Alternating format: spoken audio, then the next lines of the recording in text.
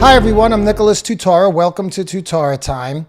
Maxine Waters is out there inciting violence, just like she's been doing for quite a while. Yes, back when Donald Trump was first elected, Maxine Waters told her supporters to get up in Trump supporters' faces, harass them at a gasoline station, at a restaurant. You surround them, you make a crowd, and tell them they're not welcome. You have members of your cabinet that have been booed out of restaurants,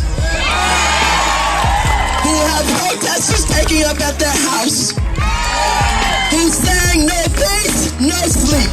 And if you see anybody from that cabinet in a restaurant, in a department store, at a gasoline station, you get out and you create a crowd, and you push back on them, and you tell them they're not welcome anymore, anywhere. Well, it looks like a lot of Democrats have been following that advice. And as somebody who might be surrounded in a gas station or in a restaurant and told I'm not welcome there, I have to say I find it pretty aggressive, almost kind of like a terrorist, to be perfectly honest with you. Maxine Waters is encouraging the mobs in Minnesota to get more confrontational if Derek Chauvin is not convicted in the murder of George Floyd. So right there, that's the left's new mob justice system. They're going to get their way under threat of violence. This is what they consider normal behavior. They want to tear down the justice system of the United States because they declare it systemically racist. And what they're looking to replace it with is threats of violence if they don't get their way. Is that a justice system? No, that's barbarism in its most refined form. Maxine Waters told people that if Chauvin's not convicted, that they should get more confrontational. The Democratic Congresswoman Maxine Waters, here's what she had to say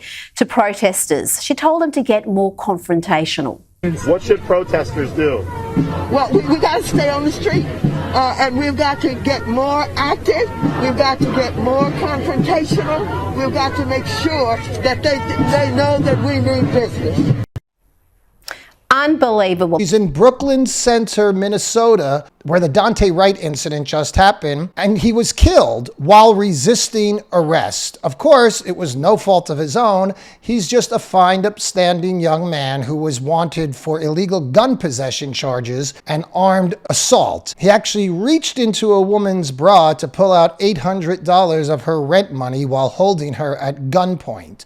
But that in no way factors in. What the left wants to replace the justice system with is hoodlums who threaten the system if they don't get their way. Daunte Wright, unfortunately, was killed in that incident, and he was confrontational. But according to Maxine Waters, he needs to be more confrontational. She wants more young black men to get more confrontational with law enforcement. Isn't that wishing death on them? Isn't that setting them up to be killed? If she really believes that white police officers are out there hunting down young black men, why would she tell them to be more confrontational? Wouldn't more of them get killed that way? You know, they tortured Trump over January 6th when he said, peacefully and patriotically march to the Capitol to make your voices heard. I know that everyone here will soon be marching over to the Capitol building to peacefully and patriotically make your voices heard.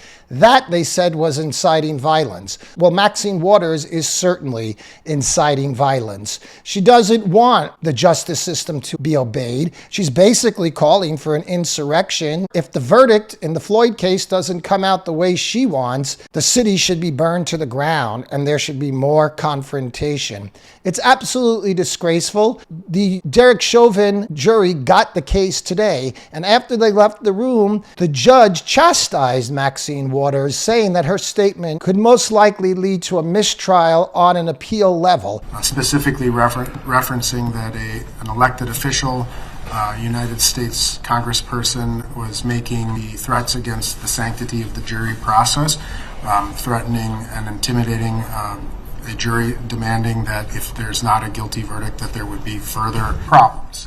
Well, I'll give you that Congresswoman Waters may have given you something on appeal. that may result in this whole trial being overturned. And absolutely it is. Because if you're convicted, you want to be able to get a fair trial. But if there's a sitting congresswoman spewing hate and saying that you must be found guilty, then there's no possibility of a fair trial. This is the America that the left wants. One where mob violence and threats carry the day. I think they may have just gone too far with this one, and a lot of people are getting fed up with it. I think you might even find Democrats jumping ship after a short while, because nobody wants to live under the threat of constant mob violence. We're going to keep speaking the truth. We're going to keep fighting back against vile rhetoric, the type that Maxine Waters and others on the left spew. And in the end, we will win the day because truth is on our side. Truth and fairness is a fair justice system. It is not mob violence. The only problem is it might take a while to defeat this evil on the left. And by then, they could have done a lot of damage. But have no fear, eventually truth will win. I'm Nicholas Tutora, and I'll talk to you again soon on Tutora Time.